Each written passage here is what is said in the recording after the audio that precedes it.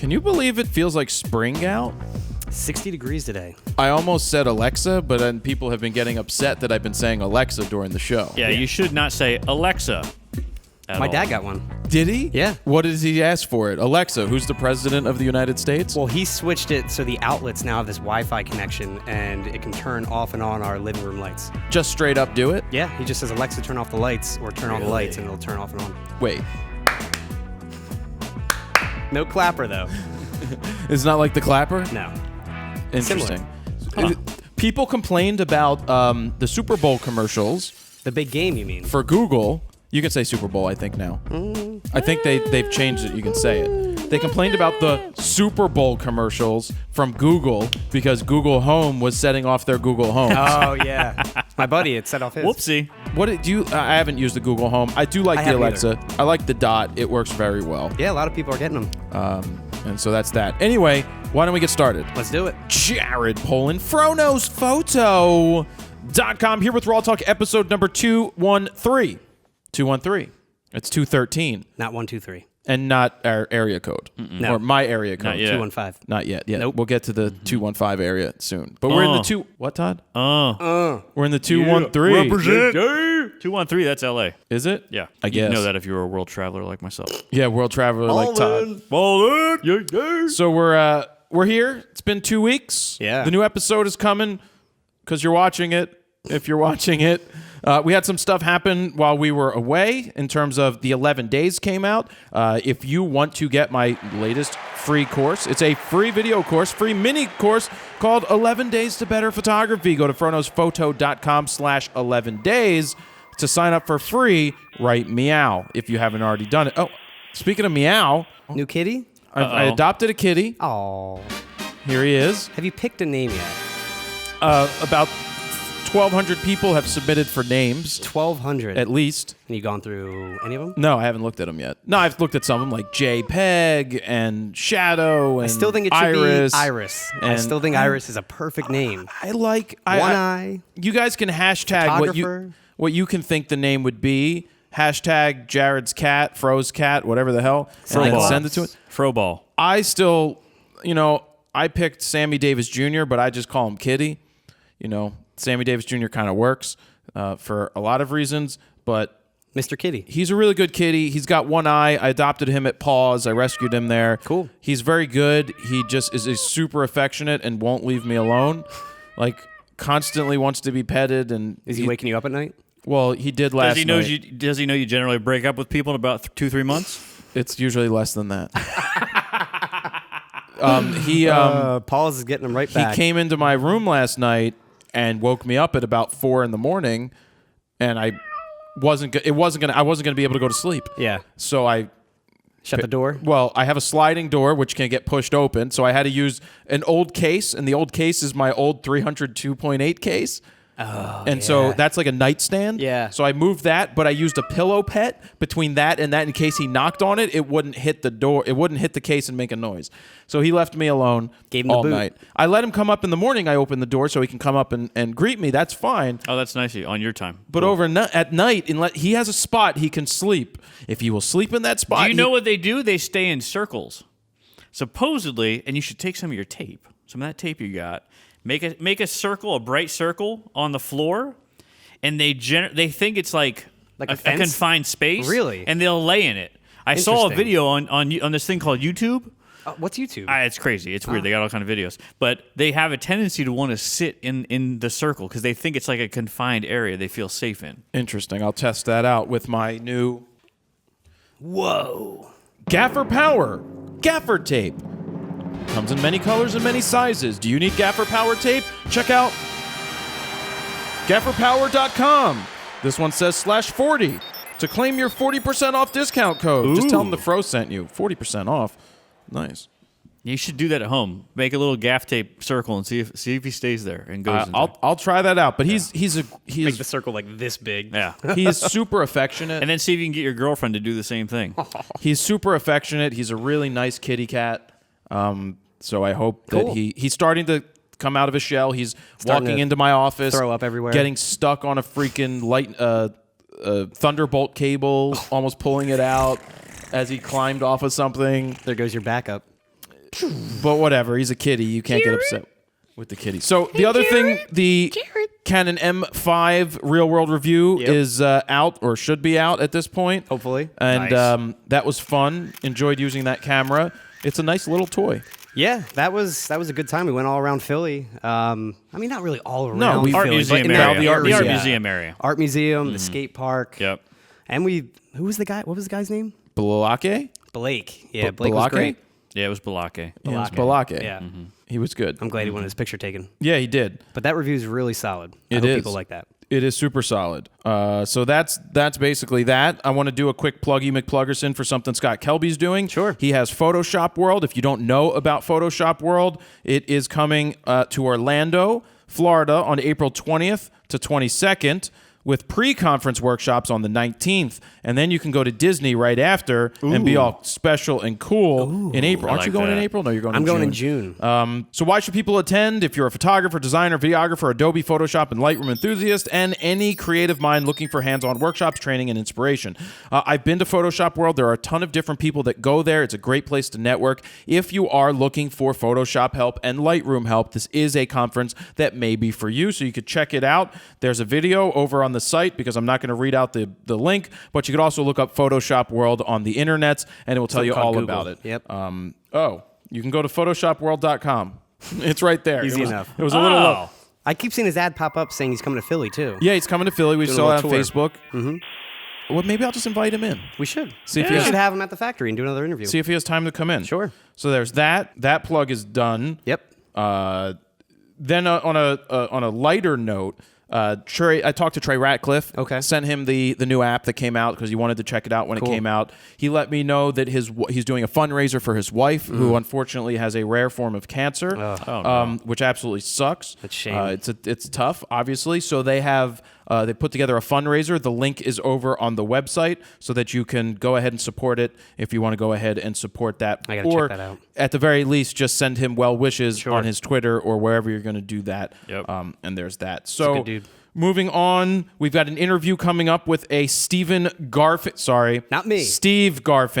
He doesn't go by Steven. He goes by Steve Garfinkel. He's a local photographer in Philly who does a lot of stuff with Live Nation, who tours with some EDM acts. And I think you're going to enjoy this discussion, especially if you're thinking of going to college and want to be in debt, or can go to college and maybe not have debt because you can get a scholarship or go to a it turned out to be a really good discussion that you Yeah. will get to hear of somebody in the field who is doing this, who goes and shoots a ton of concerts and is the go-to guy in Philly for Live Nation. When they need something done, they call him. Best photographer in Philly. He tells you how he got the gigs. He tells you what gear he uses, how he doesn't use lens caps or Real back cap- pro. A real pro. and then it was an all-around really good discussion, so that's coming up a little later. yeah. Right before we get to photo news, I want to remind you that my Gear Vault is out. Whoa. What? How do What's you that? What is protect that? your gear? Tell me all about it. How do you protect your gear?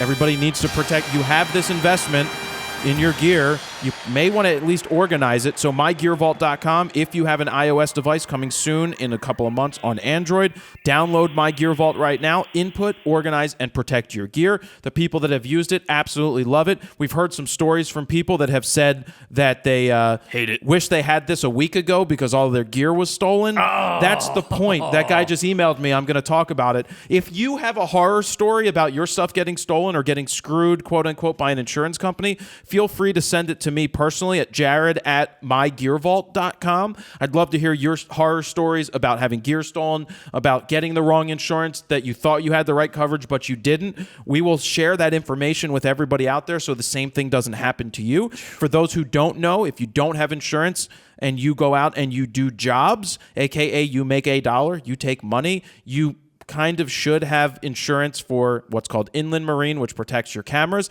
as well as general liability, which protects you in case somebody gets hurt on a shoot, or in Todd's case, scratches a TV that was worth $50,000. No, we I don't think actually it was worth we $50,000. talked to Steve during the interview, and he brings up insurance and how he needs Garfinkel. liability. Yep, Garfinkel. How he had insurance for being on the road On and, tour, and, yeah. and all that stuff. Anyway, that's the plug. Go to mygearvault.com, check it out, or go to the Apple App Store, My Gear Vault. It's my app. I don't ask for a lot from you guys. If you have an iOS device and you have camera or video gear or even music gear or tools or whatever you have, just download it. I think once you start using it, you will see it. It's free. Obviously, the insurance part isn't the free part, but everything else Is it available for my Motorola Razr? It is coming out on the about T-Mobile my Sidekick? Yeah, perfect. We Thank put you. it out on the Sidekick. Thank you. But not on your Razr. My Thank Nextel. you. But what about your Motorola two-way pager? Well, I have that. I'll bring that in next week. Photo News is brought to you by this week, My Gear Vault. Oh, what's that? What's that? Dan, run the input, organize, and protect right here. Photo News time with Steve. Hey. That's what I used to say on the radio. It's your photo news with Steve. It's your music news with Music- Steve. oh, it's music news. It's your music news with Steve. I had a little guitar amp. Hey guys, Steven here for ya. Got some photo news Good for thing ya. about radio, can never be out of focus. That's true. But Steven had the best audio in the history of audio for that. I recorded at home. I recorded everything at home too, and I would send that in via email. Wow. Not even like FTP. It'd just be via email. Send them a little WAV file, and boom. Boom. On the radio. Anyway, first up, we've got Instagram. They're now beta testing a new feature that will allow for album uploads to the social network, full album uploads. The new feature appears in the latest beta version on Android devices, which allows users to include multiple images in a single post. So would you swipe through it? Yes, Just like those ads that exactly you can swipe similar through. to what business pages can Smart. currently do with their ads. The album will show up in a left to right swipe feature, which allows the user to swipe to see more. How many? Now, here's how it works. You can do up to 10. So when uploading photos, the user can now select multiple images if they long press on the photo. And then, like I said, you can do up to 10. And then you can put them in a specific order to be shown when you swipe left to right. It's a photo story. Yeah. But my question is, can they like each individual one? And will each individual photo then not get as many views because now it's a story and The people have to algorithm swipe and- through it? You know, Now, that's, they say that each individual photo will be able to be liked or loved in Instagram's case, but I don't know how it's going to show up. Now, it's still pretty buggy, apparently, and produces an error when users attempt to post an album in the beta right now, but I'm sure it will roll out to everyone in the near future. Again, it's certainly going to help out photographers telling that full photo story. Like for me, when we did the helicopter in Vegas, I had to post 7 or 8 different images each day. Yeah. And I'd rather just post that in one do giant you? story. But do you? Because like lately on Instagram, my Instagram's Jared Polin, by the way.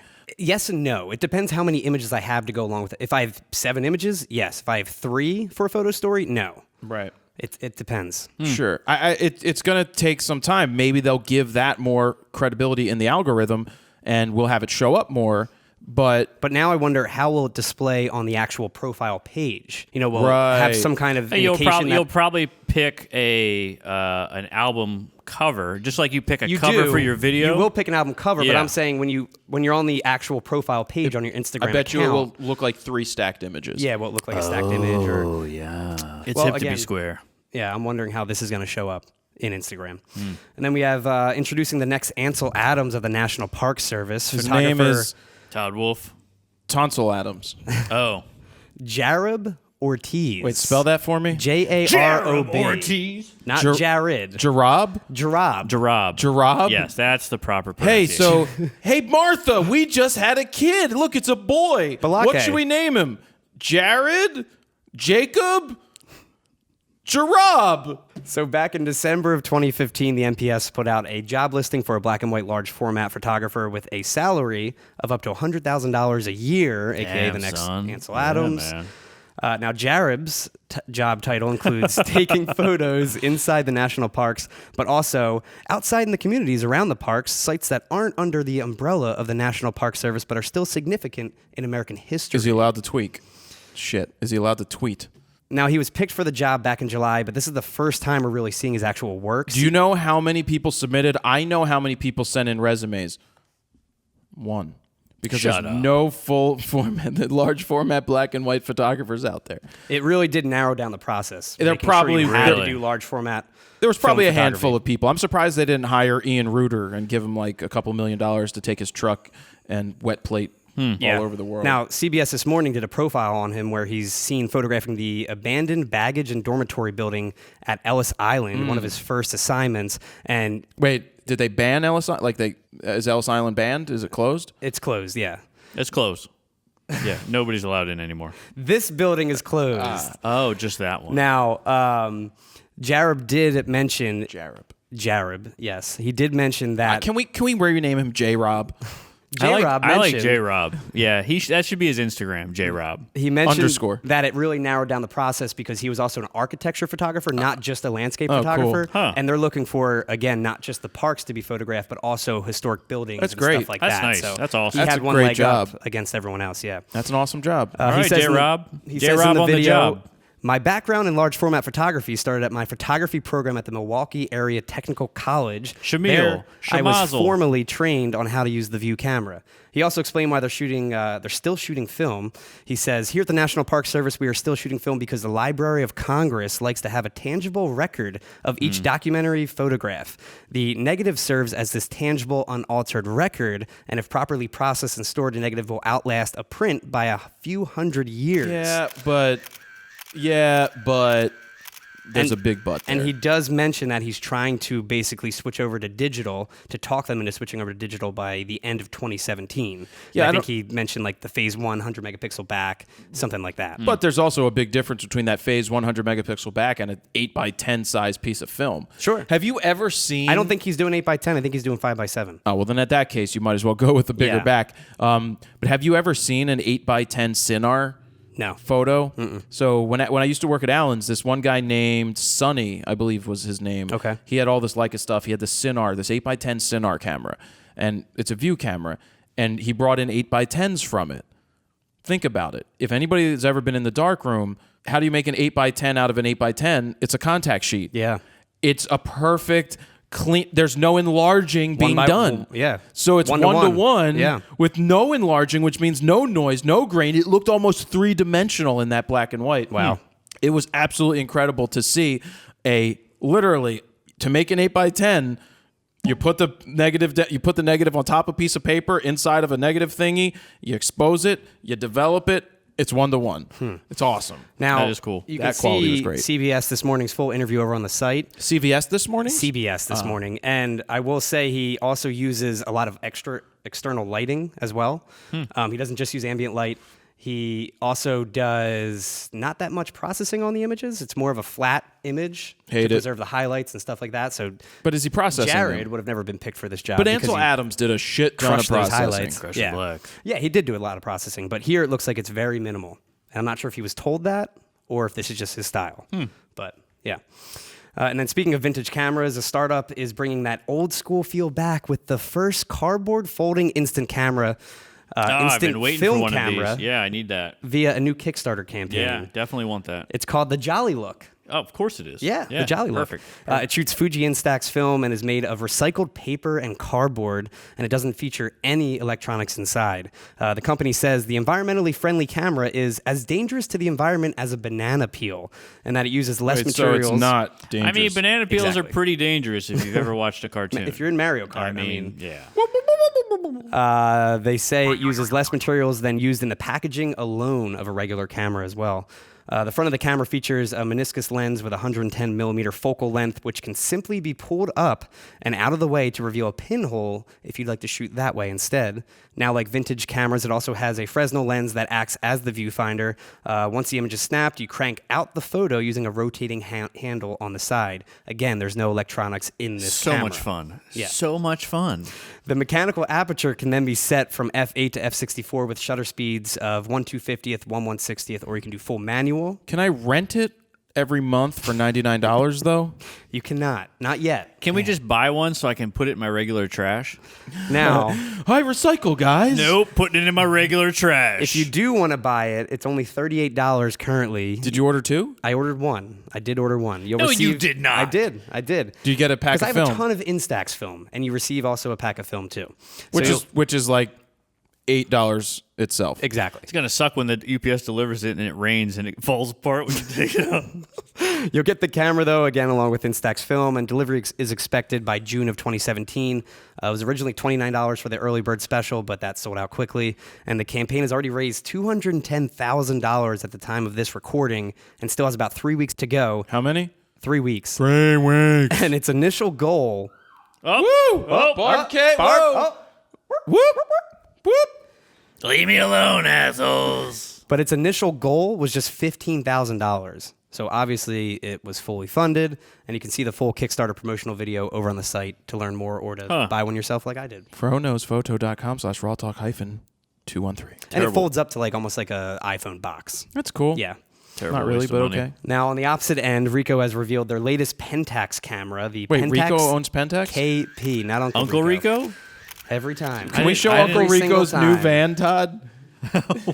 Oh yes, I have Greatest a picture van of- ever. Oh, the I RV. think we should that should probably be like the Fro van where we travel to different places. Look at the down the street, satellite right? dish Yeah. on that thing. yeah, that satellite dish we could probably get really good porn on. It's like 1983. Yeah, maybe you'll see some nipple in between the scan snow. lines. Yeah. The new DSLR houses a 24-megapixel APS-C CMOS sensor with no AA filter, which has also a max native ISO of 819,200. They say it's max native, not expandable. That's crazy. Now, other notable features include their Shake Reduction 2 system, which prevents camera shake up to 5 stops, which also helps take their high-res pixel shift photos, which Pixel shit? What? Pentax is known for. Pixel shift. Pixel shit. It has 27 autofocus points, with 25 being cross-type. Wait, is this full frame? No, APS-C. It also has an electronic shutter with a max shutter of 1/24,000th of a second, which is rare on a DSLR, being an electronic shutter. And then this is interesting. The grip of the camera can also be changed. In addition to the standard grip, photographers can choose to swap in a medium grip, large grip. Todd, They're calling it. in Todd's case, it's an extra small grip. They're calling Massive it the smart grip, girth grip. Smart Function Exchangeable Grip, and the KP will be available at the end of this month for about $1,100. Does it come in cardboard? This is their new mid-range camera Oh, from okay. Uncle Rico. Pentax? Pentax, yes. Why is it called Rico then? Lucky. Now, Lexar has announced the largest capacity CFast 2.0 card on the market with their new 512 gigabyte model. Boom. The half a terabyte card is fast as well at 3500X, Ooh. which reaches a max read speed of 525 megabytes a second. How much DNA is that? With a write speed of 445 Let me get started on that one second. megabytes a second. Roll it. Given the title of largest capacity card, it's also not the most inexpensive card. It's $9.99. $1,300. And we've got 3 coming in the mail. or $12.99 to be exact. We don't have 3 Save a coming in dollar. the mail. I don't even know what we would use that for. I have a 512 compact flash card. I'm pretty sure we have the 256 CFast card. Do we really? I think we do, and that was like $600 or What something. takes the CFast cards? Does 1DX Mark II. CFast. Well, Some video cameras. Keep in take mind, it. our XC10s also take it too if we shoot 4K. Oh. Yeah. So that's really why we use them. It's funny how the But I XC10 think with a we're the- super small sensor takes it, but the 5D Exactly. Mark IV doesn't take it. It just uses compact flash, a ancient technology. I think we're the only ones using the XC10s though. So yeah, just me Yeah. and Steven. I mean, when Yeah. I say I use it, that's Yeah. loose, very Yep. loose. Yeah. So basically, Steven uses it. Yeah. And then moving forward to some unfortunate news, the founder of Manfrotto, Lino Manfrotto, has passed away at the age of 80. The photojournalist who founded the tripod and accessory company died at his home in Italy on February 5th. Some background information on how he got started. He began his career in photography as a photojournalist for a couple of local newspapers in his hometown. And in the late 60s, Manfrotto began designing his own stands, booms, and telescopic rods 60s. in his garage in the 60s. And then after partnering with mechanical engineer Gilberto Battocchio, Manfrotto launched his first tripod. Hey, in I got a 19 tripod here. Everybody come and get a tripod. What Launched are you his going to first call it? I'm going to tripod. call it Lino. That's probably a bad idea. All right, Manfrotto then. First tripod in 1974. Wow. Yeah. Yeah. I have an 055 MF4. That's what I Is that bought. the one in your office? Yeah. You love that Oh, one. I need to fix one of the things is broken. I saw that. Maybe they'll send me out some stuff Yeah. to fix it. Just one of the clips broke when Sure. we were flying somewhere.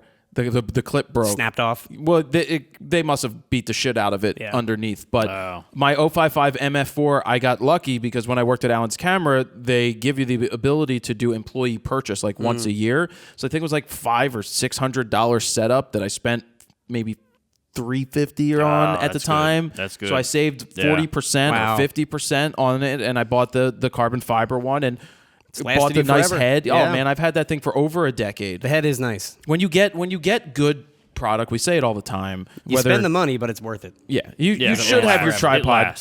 Yeah. I don't think that the tripods we're using right now, these Me Photos, are long for the I don't world. think they'll last another for a year, decade, but there's a difference between the spending $500-$600 on one tripod or I mean even these freaking things are $350-$400. They are kind of expensive for what they are, but they do what they are. I think I spent like $1,200 on my Manfrotto when that was like the first big thing I bought besides the camera and the glass. That's the video tripod, right? Yeah. The big boy. The expandable legs. Yeah. I mean these tripods we have here, they're good enough where they're light enough to travel with and let me tell you, I beat the crap out of that Manfrotto. And if your lens is keeps on going. Yeah. 24/7, the lens, not so good. My Manfrotto, perfect.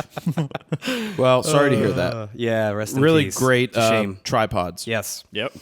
Then we have Intel. They created a flying light show with Bum, 300 bum, bum, bum. drones at the big game last week, flying their specially designed shooting star They stole drones. my rap name, by the way. The drones were all in sync with each other, forming a massive American flag behind Lady Gaga when she performed at the halftime. Is that in sync? I don't know. No, it was New Kids on the Block. Each drone formed an individual pixel in the sky, which made up a cool. 15 by 20 American flag backdrop. Now, since drones are obviously illegal to fly over major stadiums, especially when they're fully packed, the light show was actually filmed prior to the big game. They say nearly a week beforehand. I think it was on January 31st. It had to be because when I was watching it, I was like, "This looks 5 days really or something. super staged." And when the way she jumped off the top of the roof, it was like And Spider-Man. You could tell it took them like almost 2 seconds to cut to the actual part of her falling. You know what I mean? She jumps down real fast. And it's like, And then it's slow. Well, it was still fine. Yeah, it was cool. It was cool. good. It was cool. I just thought I thought it was live. They did a great job with it. I couldn't tell it was drones. I had no idea until then I saw the Intel commercial later on during the big game, and I was like, oh, it's the freaking drones. I'd rather see it during the day. I want to see the drones during the day. 300 of them flying. And the drones, there's a behind-the-scenes video that I posted on the website, and it's really tiny. The drones are probably only, I don't know, this big. They're small. They're just lights. They're real light. They're just like real light. They're just not one cameras. LED They're light. just a light on them. Yep. Yeah. And then now, fun fact about these drones as well. Each one can produce 4 billion color combinations. So you can make almost any color out of them. And all 300. What about the color of my Herman Miller chair? Iris? Blue? Is you it mean blue? purple? Is it blue? Is it gold? No, we I think can it's definitely gold. do that shade of blue. It looks purple today. No, it's blue. It's weird. It's so weird. They offered to replace my chair with a different color. Did they? They still don't have purple though. All 300 of those drones, though, can be controlled by just 2 people on the ground. Wow. Just 2 Wow. people. Wow. Yeah. I wonder who organized all the drone thing for that event. Yeah, I wonder who.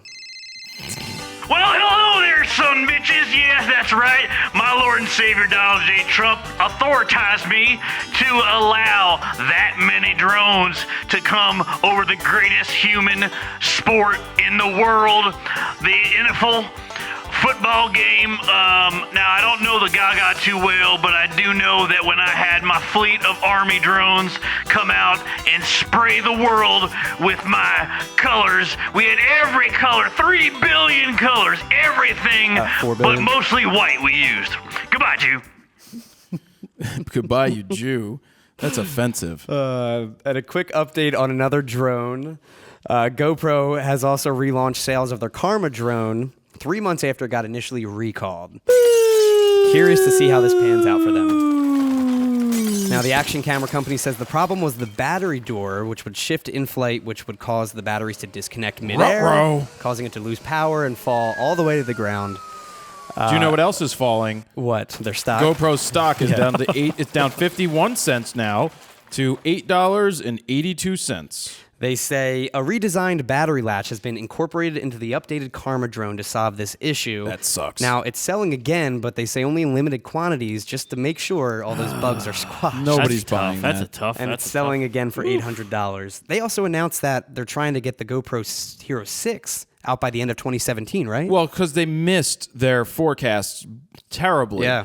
And part of that was the drone not being able to sell, but the other saving grace was it was the top selling, the GoPro Hero 5 was the top selling camera of 2016. Was it really? Yes. If GoPro can focus on what they focus on and do Action that and cameras. do the content, they'll be fine. The drone, it set them back. It's a shame because it is a great concept. Yeah, I love but- the 3-in-1. Yeah. That, yes, the concept's great. DJI just crushed them. Well, it's 'cause Hashtag every crushed 8 it. months they're putting out a new drone. They just crushed them. And this time was perfect timing. My forecast for the future of GoPro is private.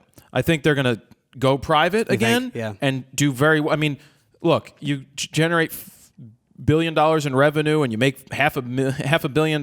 Yeah. You know, I mean, you're going to Yeah. do pretty well that way. Yeah. I look for GoPro to go private again, and that's my think what's going to happen. It's a shame, too, because I think the Hero 5 is definitely by far their best GoPro they've ever released. With the touchscreen integration, the linear mode now you have, there's a whole bunch of features on there that I think There are. They finally fixed the Wi-Fi and Bluetooth. Like we said, It the major connects the major problem with GoPro was going back a couple generations ago when they tried to compete at the $139 price point all the way, and they had 5 or 6 they had the different GoPro models. Hero LCD, the Session. Which Just have a bet. The Session still I'm sucks. curious how the Session 5 Hero, or whatever it's called now, is selling. Definitely not my hero. Because I hate the GoPro Session. I don't think we've used that since, oh God.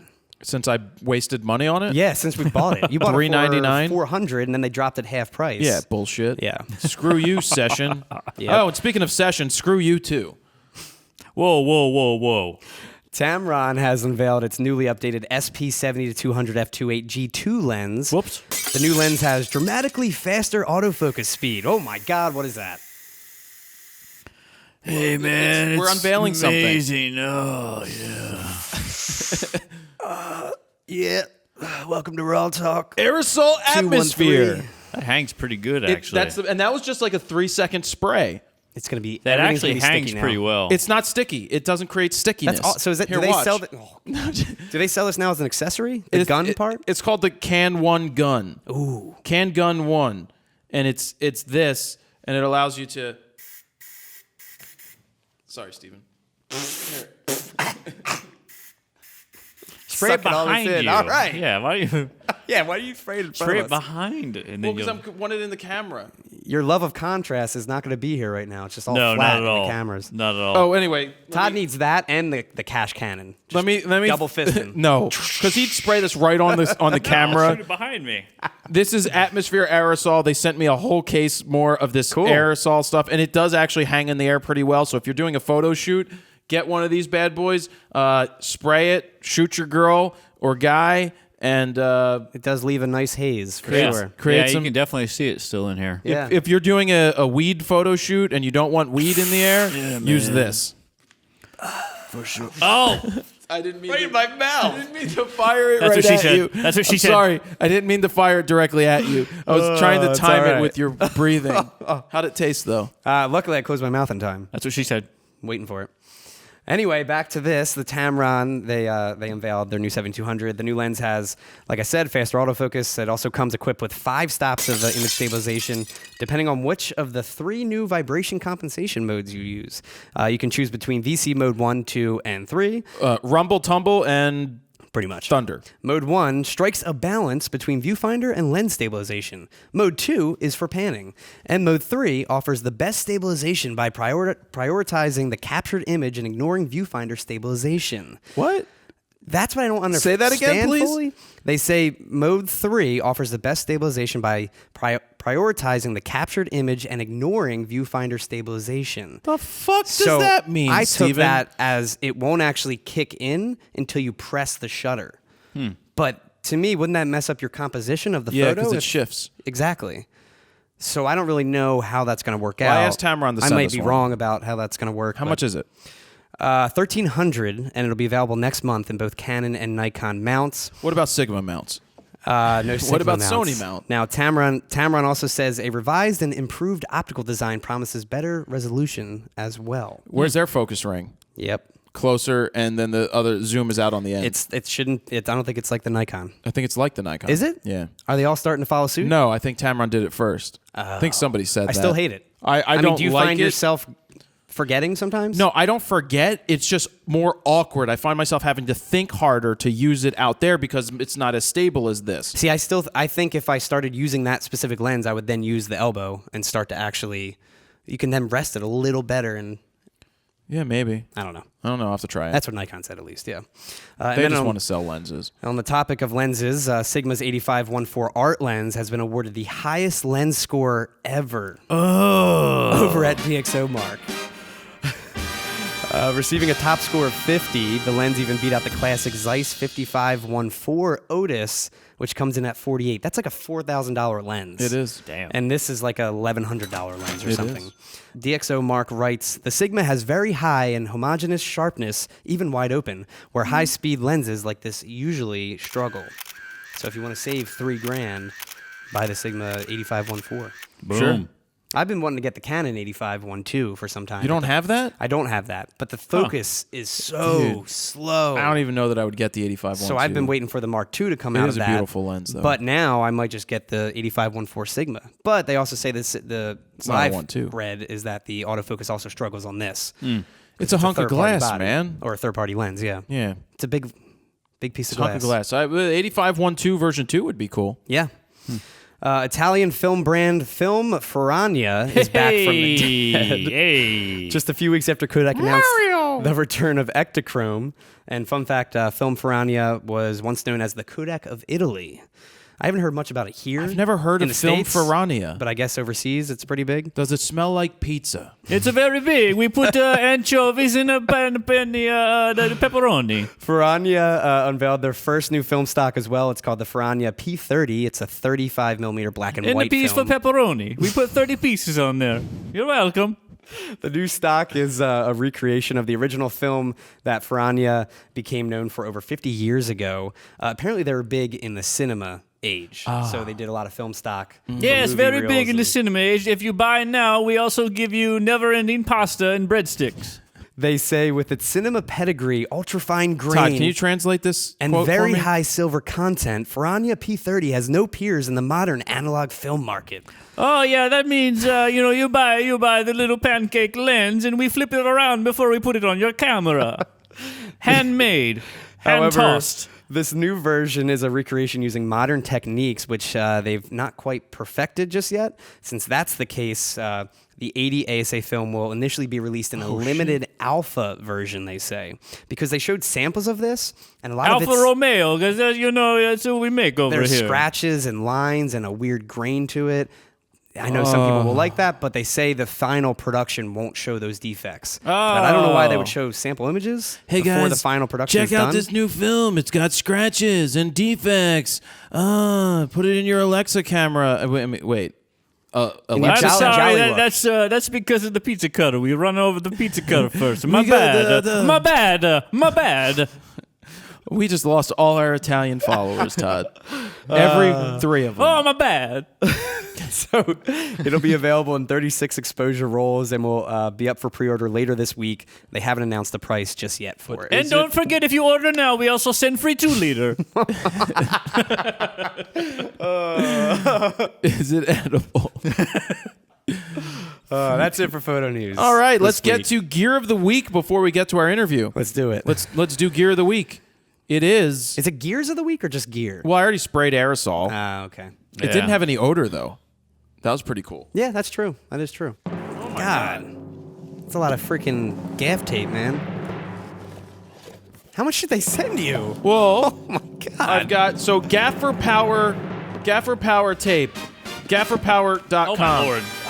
That's broken. That's broke. Oh, my God. at all Oh, this. Steven, you're making a mess. Oh, look at this color. Look at this green. Oh, so that's what you got to wrap kitty in. I got to make a Yes. circle out of that. So basically, Gaff Glow in Power the dark? Gaffer tape. Go to gafferpower.com/40, I guess, to get 40% off. I don't know if there's a...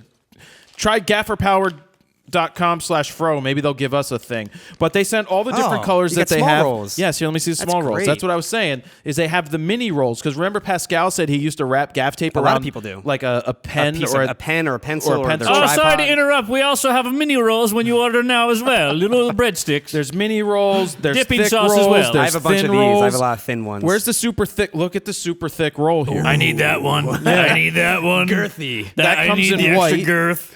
We've got Black or white, Todd? gray, For me, white. black, blue, yellow, green, pink. No purple?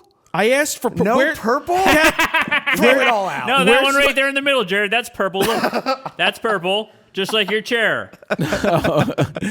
The classic white, Classic white. thick ass black, Or what we call Thin-ass the white. Bannon color. thin ass but bigger white. The Leaning Tower of gaff tape.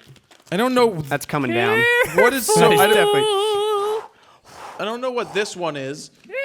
Maybe Oh! maybe I should have used the thicker stuff at the bottom. Here. Keep It's going. like Jenga. Keep going. Keep going. There. You got one more. Oh, I can't wait till it breaks your got- iPad. I can't wait. It's like Jenga. How about that one? more. Careful. Oh. Whoa. This Leaning Tower of Italy. Oh, you got that too. This is this brought too. to you by Gaff. And it's not brought to you by them. They just sent us all this tape. Oh, shit. Well, what thought we it fell. we need suggestions on what to do with the tape. Yeah. Out of the ordinary. Yeah, what should we do with the I tape? personally want to tape Creative Dan. uses. I want to try to tape down to the chair and see if he can get out. Definitely tape Dan's mouth shut, for Yes. sure. Well, that's impossible. Anyway, I love all the tape colors. I wish we had. This is Richie color because Richie That's loves even brighter than Richie That is color. brighter than That's what he bright uses. neon orange. Gaffer tape Gaffer premium. power. Why am I reading it upside down? Gaffer tape premium grade FL pink. Gafferpower.com/40 or try gafferpower.com/fro. Gaffer And guess Power. what? It's made in the USA. Uza. What? Made in the Uza. Made in the USA. Big ups to them. Best of the best. That's right. I called them. We've got many jobs coming back to the USA. We've got some amazing gaffing we'll be doing. Big league gaffing Look at all this. around. Look, it looks like smoke, Todd. Smoke on the water. Yeah, Yeah. man, I love Smoke that in song. your eyes. All right, so that's gear of the week. Let's get on to the interview. We're going to run the interview by Steve Garfinkel, Yes. who I reached out to because he's the guy who does a ton, like I said earlier, of concert photos in the Philadelphia area. One of him the in the best pit in all the the city. time. One Live of the best Nation in the stuff. city. We talk about the fisheye lens. We talk about where he went to school. Did he go for photography or something else? How does he get his gigs? How did he end up on tour? His social media. How does he do this? Where did he learn this stuff? All right, let's see it. And it's a very good interview, so I hope you enjoy it. And here it is. So here we are with Mr. Steve. Don't call him Steven Garfinkel. How you doing? I'm good. How are you? Thank you for driving the whole 10 minutes from Northern Liberties over to the Fro Factory to be our first actual guest, right? I think that's right. Yeah. You're the first guest here on the RAWtalk from the Fro Factory. I'm honored. Thank you. Should be honored. So we've actually never met. I'm sure we've passed at some shows before. I don't know how we've never talked. Is there a reason? Have we not talked? I don't think we have. I don't I've know. probably been in the pit with you. I've seen you around the neighborhood a few times, but Yeah, always around the neighborhood. So talk to me about how you got started in photography. I took a class in 7th grade required to have a camera. So my parents bought me a camera. Ever since then, I've been taking photos just as a hobby. Went to college for economics, had nothing to do with photography. Where'd you go? I went to Pitt. Okay. But the Pitt basketball team was incredible when I went there. So I started to work for the school paper so that I could photograph the sports teams because you got to, Travel? Well, we got to travel for the tournaments, but, you got to go in 10 minutes before the game. You didn't have to wait 6 hours in line. You got to sit below the basket, and they were the #1 team in the nation. This was 2008-9. ESPN projected them to win. So I wanted to shoot the games. So I did that for like 4 years. And then towards the end of college, I started to photograph concerts. I went from just a photographer on the staff to the photo editor. So it was my job to hand out assignments to other photographers. While at school still? Yeah, while at school. It was like a school job. Nice. The paper, it put out 14,000 copies a day at print. Wow. But it was fully funded, like self-funded. And there were some, this was 2012 when I was a senior. There were some concerts coming through Pittsburgh, and they would always email the paper asking for people like publicity. And so it was Avicii, who you might probably have heard of. He makes those catchy EDM songs. I think my buddy Kevlar, I don't know if you've ever encountered Kevlar, was his lighting guy maybe for a while. I know Video Kev. Yeah, VJ. That's what he calls VJ himself? Kev. He calls himself Kevlar. Yeah, okay. I never actually. His name's Kevin, but I know he goes by Kevlar. I'm familiar with him. This was back when he was just starting out, and he asked us to come shoot the show, and I offered it to 12 people on our staff. No one wanted it. Really? And I was like, okay, well, I guess I'll go do it. And so I went, and I got to the show, and the tour manager's like, all right, I want you in the DJ booth for the first 20 minutes, go out in the crowd for the next 20, and then for the last 20, come back in the DJ booth. And I was like, well, this is kind of cool. So that was your first show? That was the first concert I ever photographed. Wow. Got paid $5. You got paid $5?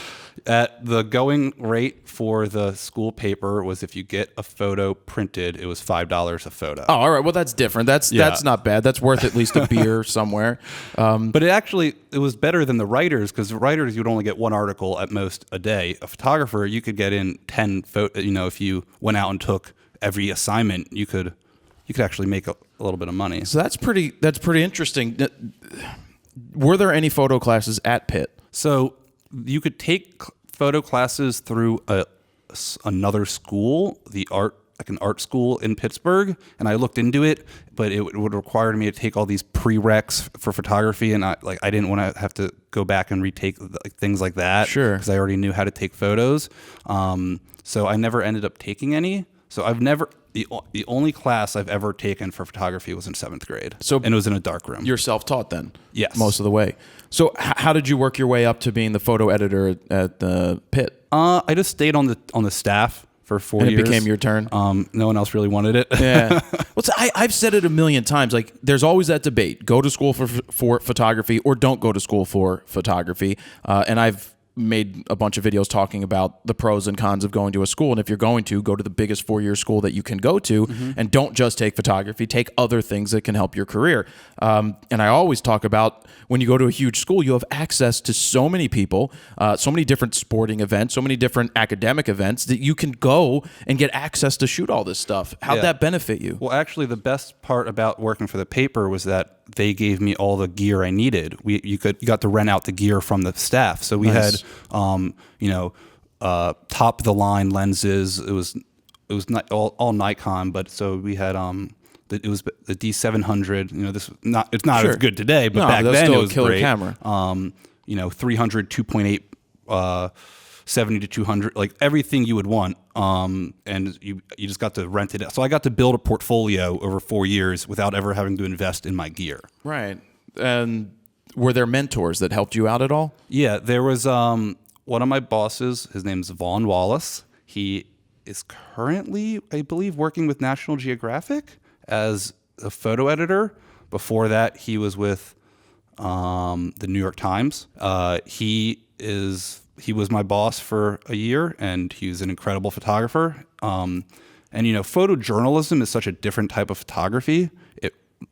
Every time, this is something that no one really understands who takes pictures today, is that imagine having to go up to every person you take a photo of, asking their name, where they're from, and their writing age, writing it down. It makes it much more of a story, because you have to do I actually want to go ask this guy his name? Is it worth asking his name? So it also helps you talk to people too. It helps you talk to people. So yeah, he was probably my biggest influence at Pitt. And then so senior year, that Avicii concert happened, and then there were maybe 2 other concerts I shot. And then when I graduated, I moved back to Philadelphia, where I grew up, and I had 3 concerts under my belt. And this was that's 2012, and I got started, and I don't like this term, but the term's EDM, like DJ world, shooting DJs, because it's so much easier to get access to them. Yeah. They all want their photos taken. They don't usually have that 3-song restriction. Yeah, I mean, the songs just go on forever anyway. You're allowed on stage. It's kind of ingrained in the culture. They got brought up in the digital era of, ripping music and marketing and social media, so it's much more of a culture.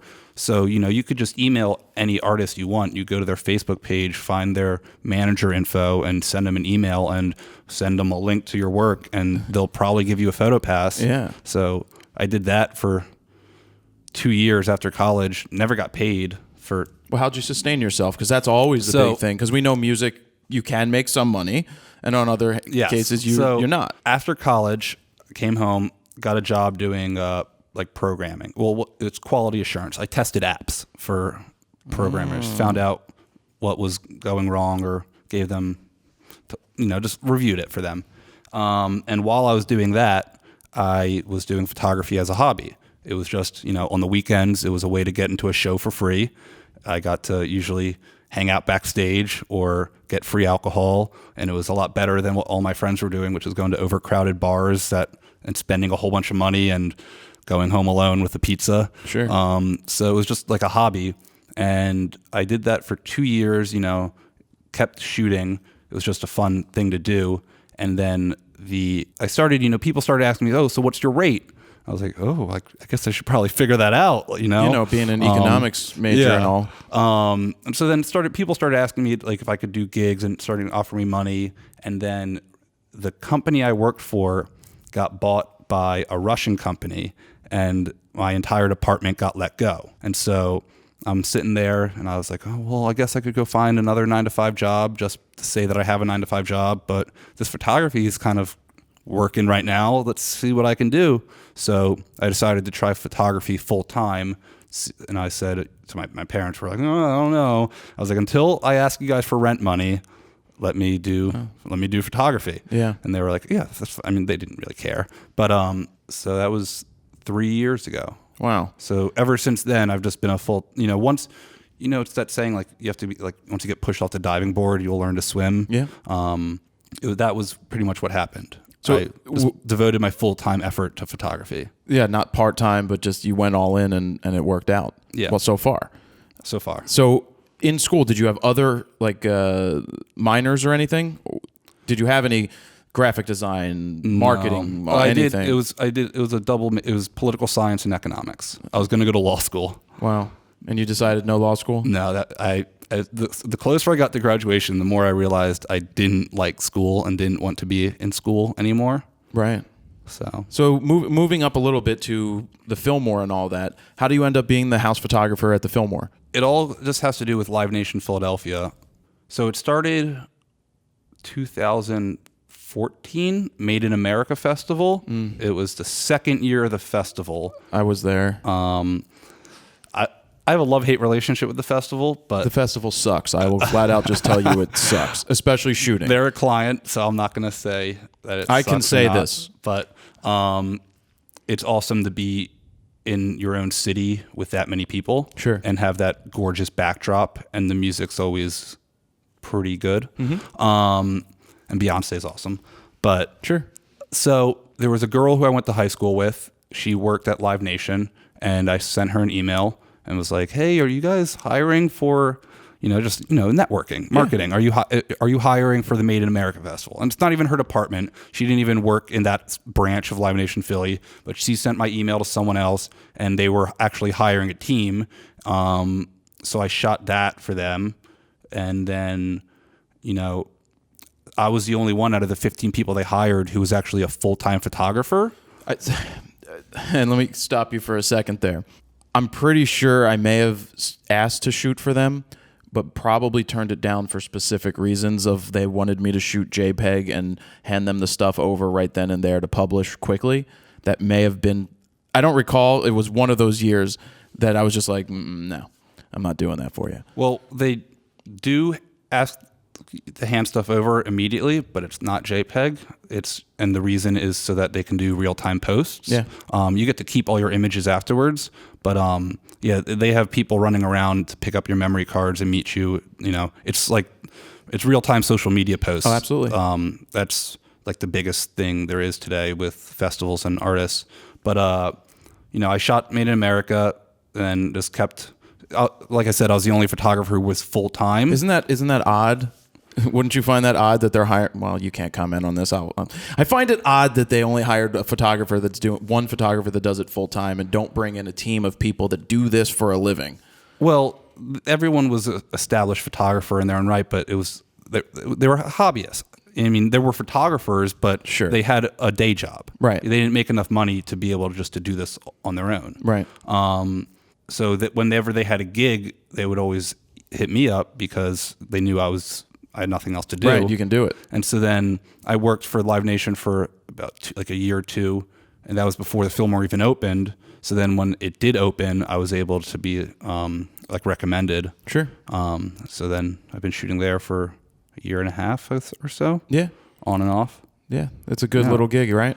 Yeah, yeah. What has come out of shooting those gigs for Live Nation? Have you gotten some great contacts? Has it led to anything else? Yes. Well, I've definitely had some very interesting moments in terms of just being, like a fly on the wall.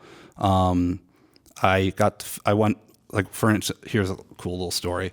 I go to a show, it's Bob Weir, and I'm supposed to leave after the first 3 songs. You're only allowed to shoot the first 3 songs, and I had to go shoot. Do they even cut you after 3 for most of the house shooter? It depends. Sometimes they'll ask permission for me to shoot longer, but if they do, it'll always be like, we're not focusing on the stage. We're focusing on just like wide shots of the room. It's a sold out show. We want to show the room. But this was like, no, like your first 3, that's it. It's Bob Weir, like old school publicist, Yeah. So, I'm also, I believe that same night I was supposed to go to the Fillmore to shoot, I think it was Sum 41. I had 2 shows that night. So I get to the tower and they go, how long can you stay? I'm like, well, I'm only going to stay the first 3. They're like, no, like you have to stay the whole time. I was like, well, I have to go to Sum 41. They're like, no, like don't worry about Sum 41. I was like, well, what's going on? And they said the CEO of Live Nation Philadelphia is getting married backstage during the show break, and Bob Weir is going to like officiate the wedding. So the show break happens, and like there I am. I walk backstage. It's me, the CEO of Live Nation Philadelphia, his wife to be, and Bob Weir in a room smaller than this as he's like officiating a wedding. Yeah, I'm just responsible. I mean, I kind of wish I was told beforehand that I would have been doing that. Yeah, but and that the photo I took ended up in Rolling Stone. Nice. So that was cool. A few weeks ago, I got to go to the Kings of Leon show. I was backstage before it, taking like photos of a cheesesteak judging competition. So it leads to cool events like that. I did some stuff for Paul McCartney. He held my photo, said it looked cool. Nice. For like a show announcement. That was cool. Yeah, I remember seeing those shots from home plate. Yeah. Because I guess they sent you in on an off day to go for the announcement photos. Yep. So that's cool. Yeah. Cat Stevens, he had his first show in 30 years in the U.S. A year or 2 ago at Tower Theater. I know. And the day of the show, They called me too. Yeah. I told him no. No? No, I told him no. No. I'll tell you why I told him no. Well, we're in different places. And the reason I told him no is they wanted me to just hand them the files after the end of the show. Mm-hmm. And I'm like, no. You wouldn't hand me a raw edit of your audio and expect to put that out and call it a day, so I'm not going to do it for this. It was my personal thing. If I was in your position, and if I'm anywhere different from where I'm sitting right now doing this job, probably would have been all over it. Probably would have been like, yeah, absolutely, I'll do it. I actually wasn't told that I had to give him the photos. See, I asked Jim on the phone that. And so I had to, I didn't bring, I was, if I knew that, I would have brought a hard drive card reader. Photos. Yeah. So I just had to give him a memory card. So I don't even have the photos from that show. See, that was part of the reason, because they're like, yeah, you're going to shoot Cat Stevens and you're going to do, did they give you all access or was it just I had all access. I was backstage and it was and that's the thing. It's like, is it worth doing? Did anything good come out of it? Did you get something out of it? He came back to Philadelphia a year later, and I got to shoot it again. Yeah. This time you get to keep everything. This time I got to keep everything. That's good. Yeah. It's always he posted my photo, tagged my page, got a couple hundred likes out of it. Nice. I got paid. Yeah. No, that works. Yeah. That definitely. I don't expect Cat Stevens to call me up and say, "Hey, come on tour." No. No. But even then. But speaking of tour, you recently ended up on tour. Yeah. So I had my first actual tour. And tour today is a term that gets thrown around, especially with DJs, in such like a fake way. You know, a tour is an old school term for you get on a bus and you go city to city and you have production and it's like, it's a tour. Yeah. But these DJs today, they can play every weekend of the year and never actually be on tour. You know, they just fly into a city, play, and then fly to the next city, and then they're home for 5 days, and then they go to another nightclub the next weekend. But it's all marketing, so their agents and their managers call it like the "Let's Get Lost tour" or some random shit like that. I'm sorry, am I allowed to curse? You can say whatever you can say whatever you want. And so, but this was actually a tour. This was a full production on a bus, 30 cities, and it was my first one. It was a 2-month tour with Flosstradamus. Shout out Josh and Kurt. Well, actually, it's just Kurt now. The band split up at the end, but it was not my fault. Wasn't your fault. No. Was that tour bus and all? Yeah, it was a tour bus, big bus with supporting art. It was about a 20-person crew. So you had 2 buses. 2 buses. Better have 2 buses. Yeah. You can't put 20 on one. It was 11 beds a bus. Mm-hmm. And there were a few junk bunk. Yep. There were a few parts of it where there were only 3 of us on the bus, and we were just, it was kind of cool just having 3 people on a gigantic tour bus for little legs of it. It gets boring though, doesn't it? It does. You know, to be totally honest, I always read articles about how musicians and touring artists have depression and it's called the black hole and drug use. And after just one tour, it totally makes sense. Like the highs and lows. You go to a show, everyone's screaming, everyone wants your name and your attention. I mean, not my name and my attention, but the artist. Yeah. And there's all this energy, and then as soon as it's done, you're in a hotel room or you're surrounded by 4 walls, sitting by yourself, nothing to do, or getting on the bus. But if you're flying to the next city, then you have to go to the airport. You have to wake up early. Yeah. It's not as glamorous as it looks. No, well, it's not as glamorous as people make it out to be. Yeah, exactly. Because it's there's fun parts, but would you go out on tour again in a heartbeat? For how long? Doesn't matter. Doesn't matter. No. So you enjoy being out and about. I love being out on the road. And I like working for artists. So, you have full access. Absolutely. And you can take risks and do whatever you want, and you don't have to worry about the first 3 songs or So how does that affect the Live Nation stuff? Well, so I got back in the middle of January, and I took off the rest of January, and I just started back up with Live Nation at the Fillmore, and they keep emailing me asking me so when are you leaving next? And I'm like, I don't know. I don't have any plans. I just wake up and I'll find an email. I'm not actively emailing people asking me to bring them on tour. That's not really how it works. Usually you have your foot in the door with someone before they will bring you on tour. So for now, I'm back home doing it. Yeah. So what do you have to say to the, I'm not going to just say young photographers, but the people out there that want to shoot shows, that want to be on the road, that constantly say they can't figure out how? What advice do you have? It took me 5 years before I got on a tour of constantly shooting. My advice is just keep shooting and network. It's 90% marketing, 10% skill. You don't have to be an incredible photographer. You just need to know how to market yourself. Yeah. And cast a big net, email people, send out emails, and be professional but not overbearing. Don't email the same manager every week being like, "Oh, he has a show here, he has a show there. Can I shoot this? Can I shoot that?" Kind of just go with it and just keep shooting. That's my best piece of advice. What about the money side? How do you survive? What did you do other things when you were starting all in with photography? If I wanted to make money, I would not be doing concert photography. I'm lucky to make enough money. At first, I was lucky to make enough money to pay my rent, but I wasn't saving anything. Yeah. And now I'm at the point where I'm actually able, I can pay my rent and I'm saving money and I make good money. But concert photography, I would make more doing wedding photography. Sure. But I've always felt like I would do that when I'm older, while I'm still young-ish. So while I'm young, I'm going to try to do what's fun because all my friends are just sitting at desks at 9-to-5 jobs. I would much rather do this in my 20s when I'm 30 or 40 look back like, yo, my 20s were fun. Yeah. Then, try this when I'm 30 or 40. You can't really try this when you're at that age. So with that said, where do you see yourself in 5 years with what you're doing?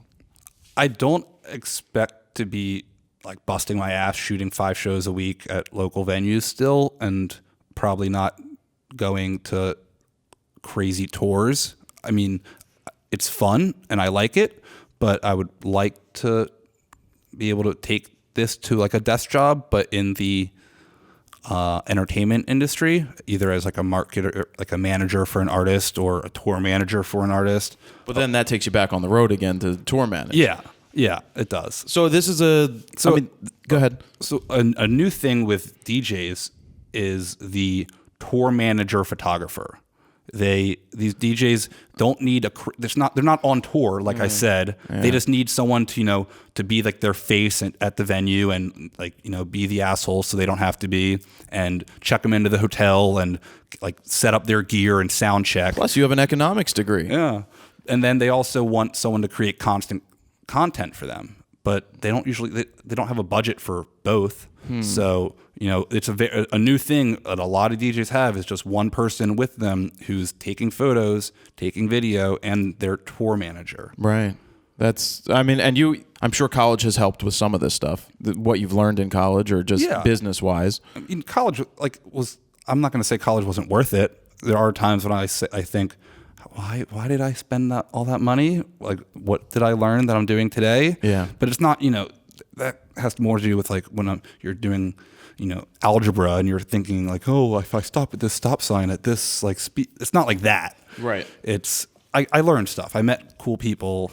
College was worth it. Sure. I'm glad I went to a state school and got a scholarship, so I didn't have any debt really when I graduated. But I was looking at some schools that were 50, 60 grand a year, like liberal arts schools and photo schools, and I would have been 200 grand in debt when I graduated. Right, trying to survive. So that would have fucking sucked. Yeah, no, that would. And I think that holds a lot of people back. My age right now. They graduate, and it's like, why did you go to that small liberal arts school and spend all that money, or even like an out-of-state school and spend all that money, and now you're in debt and you don't even know really what you want to do, and you didn't even get like a full. You learned like how to read. What was your major, like? Poetry or something, right? And you pick something that will never have you doing anything in the history of anything. What are you laughing at, Steven? What? That was funny? Poetry. I don't know. Well, no, that is a thing. People. Oh, I get it. I now get it. I get it. Well, I'll tell you later. But no, that is true. A poetry degree is not going to take you very far in this day and age. But to get back to your question about how to survive as a photographer, if you want to be a concert photographer, expect to be another type of photographer as well.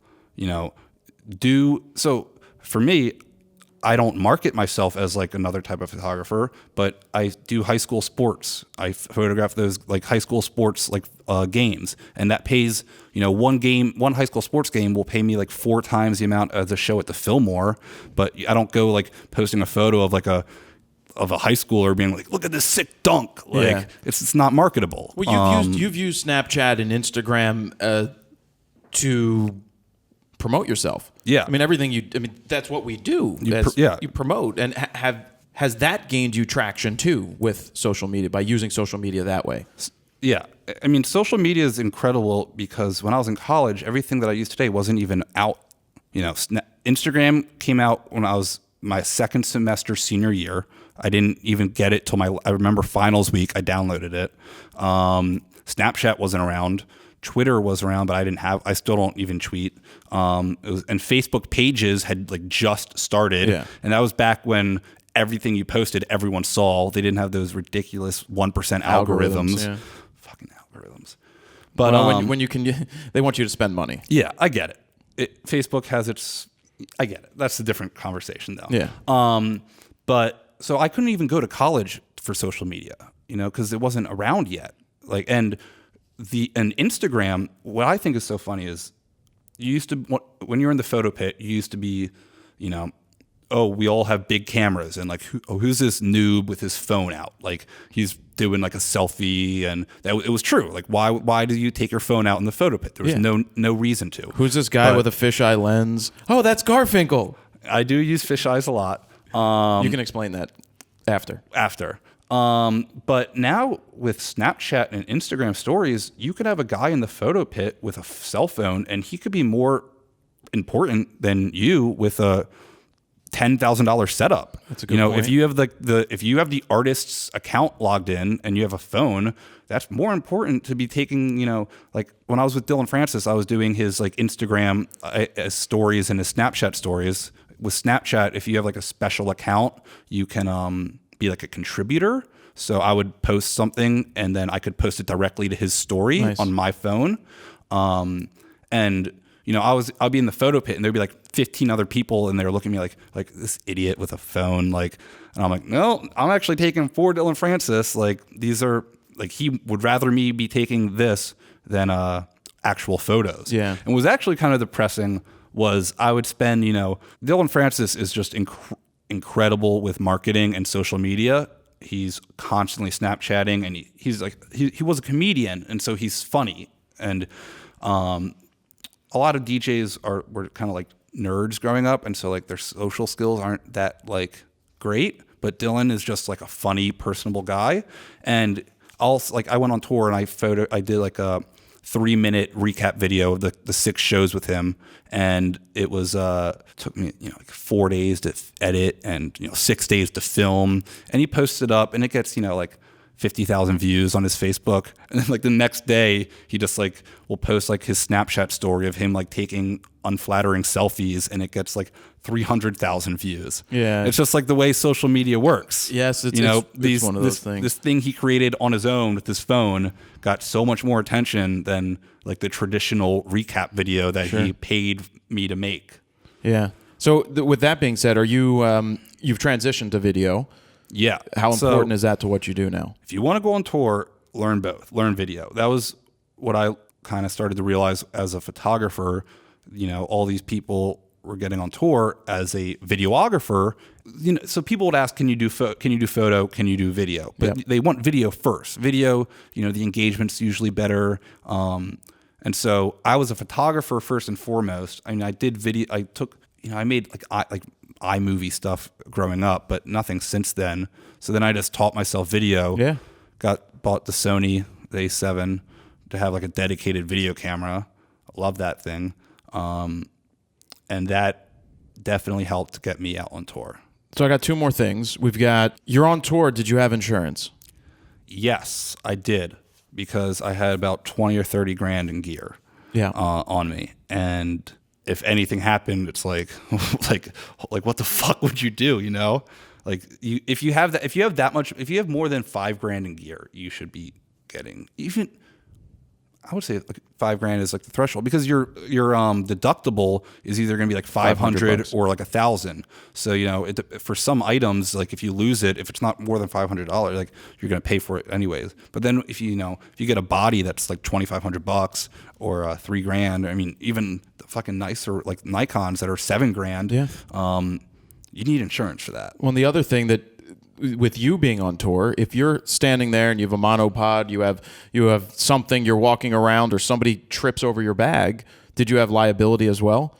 Yeah, I had. So some of the festivals, a lot of festivals today, Insomniac is a huge promoter for festivals, and they were the first one to make me do it. Where I was shooting for Dylan Francis, and I had to have, I think, $2 million general liability insurance. And that has become like more and more like relevant, and a lot more promoters now. That's more common. And it makes sense. I get it. Yeah. If I like tripped at the soundboard and like spilled a drink on all their like the gear, you need to get covered, because they're going to sue you, but now you have the insurance to protect you. Yeah. This was my way of plugging My Gear Vault. Go to mygearvault.com. Anyway, no, but it's definitely something you need. Yeah. And I've found with My Gear Vault, a lot of musicians are starting to log their gear inside of My Gear Vault, even though it's really meant for photographers. You can put anything you want in there to log it, especially if you're traveling out of the country. Print out a CSV file and give it to the border people. So the last thing, camera bag. Yes. Why don't you show us what your go-to is if somebody calls you and says, let's get you on a festival or something? Just throw it on here. Yeah. Just keep talking into the mic. Let's open it up. So I packed as if I was hired for a festival to shoot for an artist as a photographer and a videographer. So my body, D750 Nikon. I have 2 of them. I only brought one. I love the 750. I don't have, a better one just because I'm not photographing frogs jumping out of water. I don't need 20. I'm not doing as that much sports stuff. I don't need 10, 11 frames per second. And, I also am not shooting weddings. I'm not making enough money to justify a $8,000 camera. So no lens cap on your 14 to 24? No, not right now. No lens cap on my Sony either. I like to live dangerously. I'm also just stupid. The Sony a7S II, this is the Zeiss 28 millimeter lens, I believe. Maybe Probably it's 25. This is for video. And then my go-to lenses. I also am a huge fan of these pouches because I'll put my bag below the stage and strap these onto my belt buckle. Yep. And I look like a fucking idiot wearing them, but it is so much better than having a bag on. We got to get you a Think Tank one. You want one of the Think Tank ones? What are those? They make a belt that's designed just for this, and it has loops, and you can put the bags wherever you want them. We'll get them to send you one. Sigma 35 millimeter art series. No front cap, no back cap. Nope. I love Sigma. Love their art series. The art series is very good. Another one with no front cap, no back cap. 85. 1.4 Yeah. Nikon. This is probably, if I could only have... No front cap and no back cap. But get this guy some lens cloths, please. I got the lens cloths. Lens cloths. Thank you. I only do that because they're in these cases. And usually, if I had them out of the case, I put those things on. But, in terms of like putting it on quickly, I don't like to have to take it off every time. Yeah. We'll get you some swag before you leave. This is one of my favorite lenses. 120 to 300? 150 to 600. That's the 150 to 600. And that's the... And I have a front cap and contemporary, a back cap. not the sport. Well, I'm not sure. The sport is much heavier and much larger. Yeah. So in terms of being able to get to 600, it's also f5 to 6.3. Yes, it's a 5 to 6. But in terms of like, it was only $1,000. In terms of being able to get to 600, that's the cheapest way you can. You could buy a 70 to 200 Nikon and buy they're like over $3,000 plus a $400 like converter. Yeah. At festivals, it doesn't freaking matter. It doesn't matter. And also, if you're on stage and you want to, that shot of the girl on someone's shoulders, this is perfect for that. And also, anytime you show up at a venue and they're like soundboard only, this is. Oh God, did you shoot film ever? Yeah, but not when I was doing concerts. Yeah, back in the day, if you were soundboard only, you did 800 speed film and the 6.3 wouldn't work.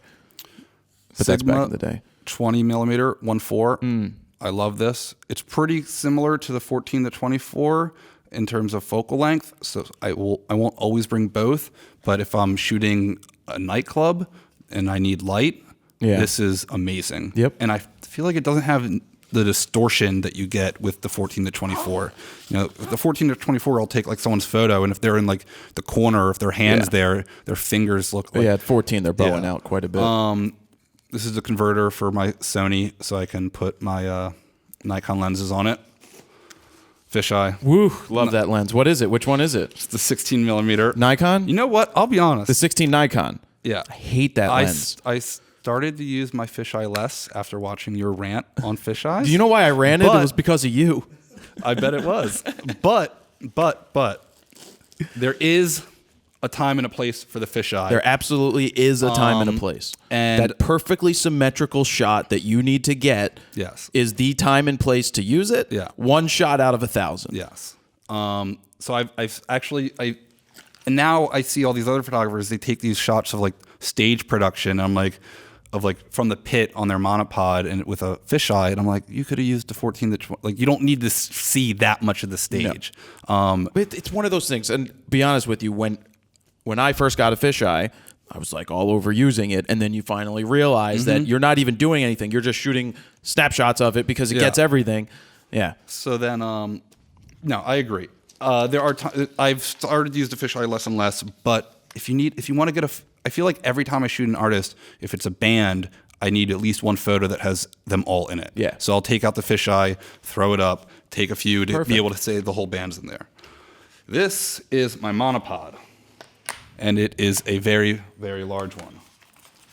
It can be, I think it's 19 feet when it's fully extended. What is with these young photographers, Stephen, and their use of monopods to raise it? Is this El Macias? The next stuff I have that I show you will kind of tie it all together. Sure. Fun stuff. Gear. I know you guys love gear, but it is cool seeing what you have in your bag. Something with photography and marketing is you always want to do something that's different than what other people are doing, or at least be able to offer something different. You can offer video or something with photo. And so I've been doing 360 photos, which Facebook natively supports. And Facebook, the engagement on those are great. So this attaches to my monopod. This attaches to your fisheye in the front, and you take 6 photos. This spins around, and then you... Does it have a stop at each place? Yeah, so the stop is down here. Well, that's a good place for it. They make this depending on what lens you have. Yeah. Because each lens requires a different number of photos to be a complete 360. Yep. So you stand on this, you take your photo, you spin it once, you spin it twice, keep spinning. It's good. But who makes that? I'm sure somebody's going to ask. I don't know. I don't. Sounds good Just to me. Google carbon fiber monopod. But the other reason I use this is for I have my pocket wizards, and I'll attach them to my camera and throw it 20 feet in the air at a festival and just get those wide shots. Back actually to Live Nation, half the stuff they hire me for are gigs where the photos never actually see the light of day. Yeah. It's internal use photos. They want to show a room, it's a sold out show or like a sold out like outdoor show, and they want to show it, looking epic so that they can book an artist like that in the future. And so they don't care about a 70 to 200 like close up shot of the artist looking epic, because there are a million photos out there of that. Like if Taylor Swift was playing, Taylor Swift's been photographed a million times. Like, you're not going to get hired on tour because you take a photo of Taylor Swift. Sure. She's beautiful. She has perfect lighting. Every show, like they spend thousands of dollars on that show to make her look perfect every second. You take a photo with your phone and Taylor Swift's going to look good. Yeah. But they hire me, and the photos they like from me are these wide angle shots, which sometimes are with a fisheye, but it's what I use this monopod for. Yeah. Mostly. Whatever gets you the gig, right? And then the last piece of gear is my Pilot Fly stabilizer. You put your camera there. When it would turn on, it would stabilize it. And when I was on tour for Floss and Dylan, I was doing photo and video. So there were times when I would have this in my left hand taking video and my camera in my right hand taking photo, and I'd be on stage like doing both at the same time, because when like the confetti's being shot, or when it was like the New Year's Eve countdown and I'm doing like a video of the countdown and the photos, you kind of need to be like, you don't want to have to pick and choose. So Get that GoPro in your hot shoe. A what? Get that GoPro in your hot shoe. Yeah, but a GoPro It's not the is same not as the same a as full frame sensor. Yeah, yeah, of course. No, I mean, that's cool. I mean, what I get out of this is that you are not just a photographer. You are doing what you need to do to be successful, offering them things that other people don't do. All the things I'm hearing are the things that he should be hearing: the marketing, the branding, the shooting, the trying things that other people aren't trying, being personable, doing all that stuff. I mean, that's what it's all about. And then the last 2 toys, Snapshot spectacles, purely for myself and for marketing. Which I haven't seen yet. Oh, they're fun. They're fun. I wonder if they work on Instagram yet. When you export them, the photo or the video is circular. Yeah, and crops it. It doesn't. Yeah. Crazy. And then I'll usually bring this film camera, just get An some old like, Yashica. behind the scenes photos. You kids and your film cameras. I know. We're so trendy. Well, that's cool, man. I saw it on Pinterest. Pinterest? No, I'm kidding. Well, thank you for coming in and sharing the information. I enjoyed that. I hope you enjoyed it. I did. I hope you guys out there enjoyed it. You want to find Garfinkel? It's Garfinkel _. On Instagram. Because Garfinkel was taken. I already looked it up. It's not Finkel, though. Right? He missed the field goal? No? I thought Fink. Oh, it was Fink? Damn it. Maybe it was Finkel. All right. That's it. Thank you for coming in. Of course. Thanks for having me. Yep. So there you have it. You can go follow Steve Garfinkel's stuff over on the interwebs. Garfinkel _ on Instagram. Let us know what you thought. Did you enjoy that interview?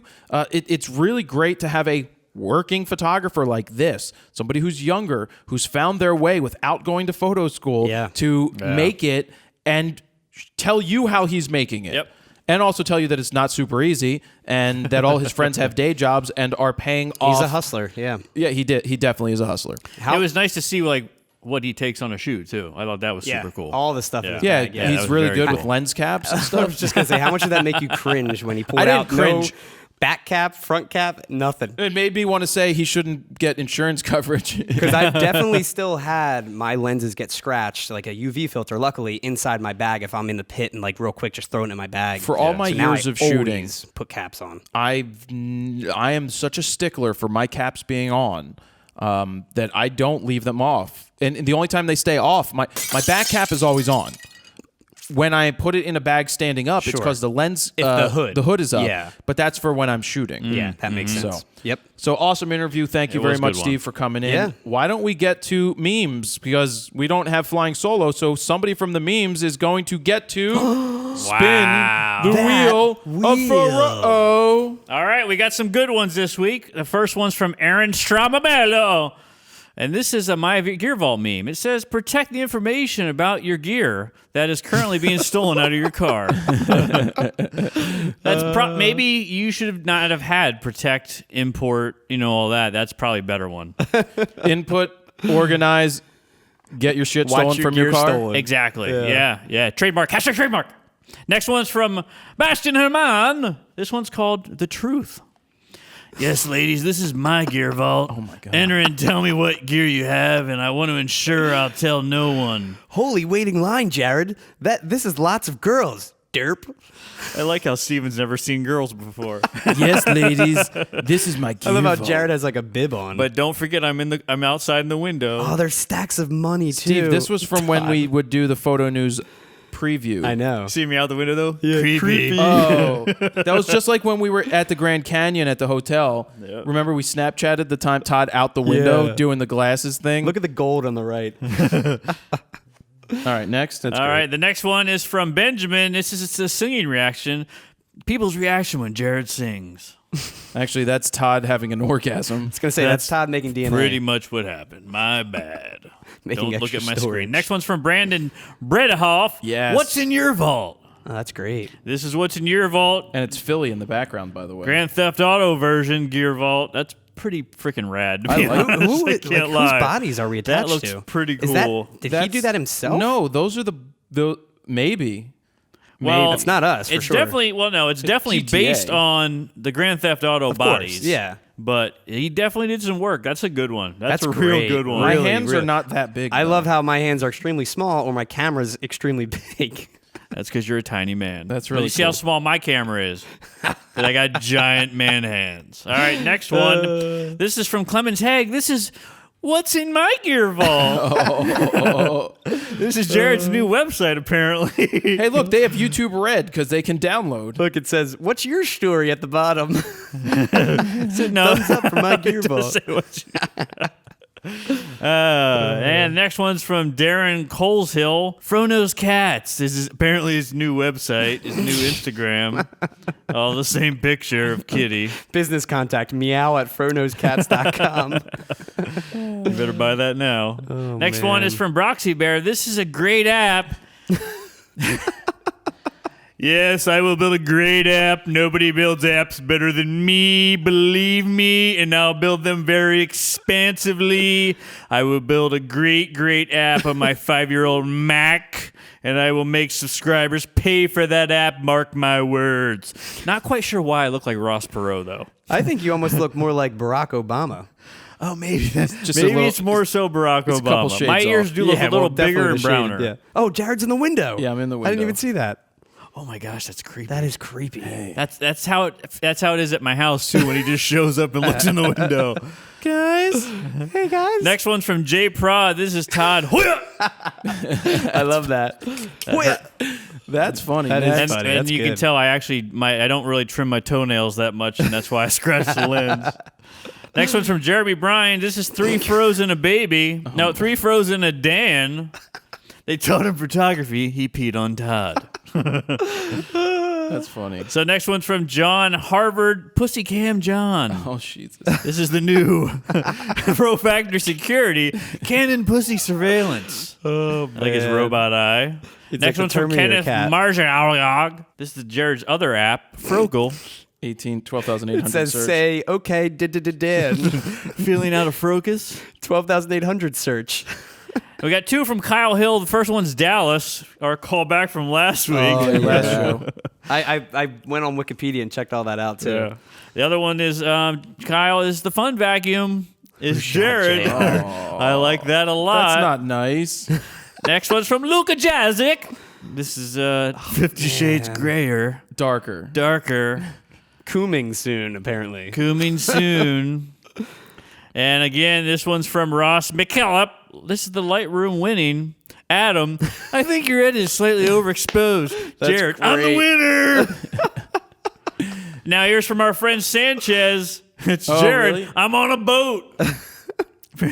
He got his little Photoshop skills on. I like that. Sanchez. And then the last one is from Spencer Mooger. This is the My Gear Vault claim, apparently the first one you've had. Todd, don't smile, Todd. I said don't smile.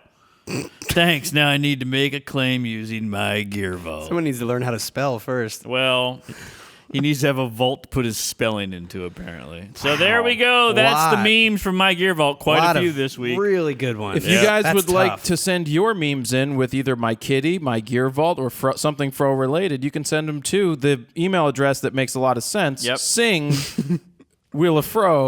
wheelofro@gmail.com. Where no singing happens. If you would like to sing the spinning of the wheel, you may have a good chance of winning something. So if you want to get back to recording your audio for what we should do to spin that wheel, then you send that in. Make a My Gear Vault song. I guarantee you'll get the wheel spun for There you you. go. We need to pick a wheel spinner. Speaking of My Gear Vault, I feel like the guy who did the GTA Yeah, style. that I think Brandon he's a clear winner. Brett Hoff. Brandon crushed. Bredahoff. I kind of the Hoya one's funny. Hoya one I think is really good too. So give Hoya guy a free guide. There you go. Should we do 3 guides and then spin?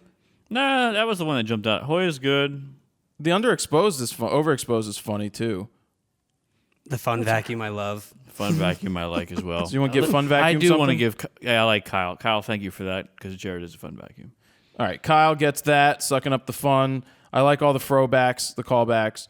And who gets to spin the wheel? I think it's Brandon. I like the GTA one. Definitely him. I mean, All right. that looked like it took some Brandon- work, Yeah, that definitely took some effort. and he definitely sucked up well by making it My Gear Vault. Yep. My Gear Vault. All right, let's get this guy to spin, all right? Let's do it. Well, do it. So let's go around the wheel. Let's see what we have right meow. Hey, look, audioblocks.com/go/fro. hey. We've got all my shirts at store.FroKnowsPhoto.com. Maybe one day I'll turn on the new store. Ooh. Maybe. Rode microphones each and every week. We use Rode microphones. You should too. If you're looking to do audio, I gave Jaleel one to take to Vegas with him When's he back?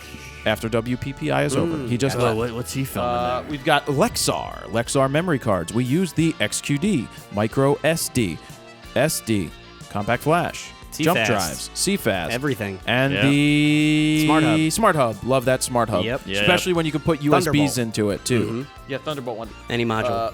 Fro, me, Hoya, Squarespace.com/go. Nope, Squarespace.com/fro. Then we've got all the video guides. First off, before you blow your wad, He was close. you've got That's pre. for Fro balls. Prize. We'll just say for everybody out there, you can win because you can go to FroKnowsPhoto.com/11 days to get my new free mini course, video course. It's 11 days to that. FroKnowsPhoto.com/guides for your chance to win. Why was your stream not very good today? He barely hit it. He barely hit the table. I think some dried on the tip here. Videoblocks.com/go/fro. Store.froknowsphoto.com to get the iShootRaw custom think tank bag. Rode microphones once again. We've got Kessler Crane. Go to KesslerCrane.com. Use the code FRO to get 10% off your Kessler Crane order. We have a Kessler Crane right back over there. It may show up. Yep. We have the Pocket Jib Pro, which we should use. Spin again and Canon prize to win. The grand prize is a nice printer. Don't know what printer it is, but it's probably a good one. It'll be awesome. AdoramaPix.com. As you can see behind Todd, that was made with AdoramaPix. That is, I think it was 40 inches by 40 inches or 36 by 36. What's the RAWtalk one behind? Smaller. That's like 36 by 36. I No, think that's. I don't thought remember. that was 36 I thought by that was 36. 24 by 24 or I thought something. that was 40 by 40. That looks bigger than 24 by 24. Yeah, I but think that it's was 30. huge. So That I might be like 48. I think that's 40. and I also just got some small 6 by 6 inch ones with a stand so it can be on my desk. Do they sell them with the stand built in? One of them you can get the stand built in, or these come with the stands that That's hang on the pretty wall. cool. That is That's nice, cool. yeah. Then we've got the video guide, as you already saw, think tank photo, and back to the top. Let's spin the wheel for who? For Brandon. Brandon Breadhoff. Yep. Ooh. You put it all. I want to see the Welcome smoke spin though. Yeah. to Get the it- wheel Get of it really.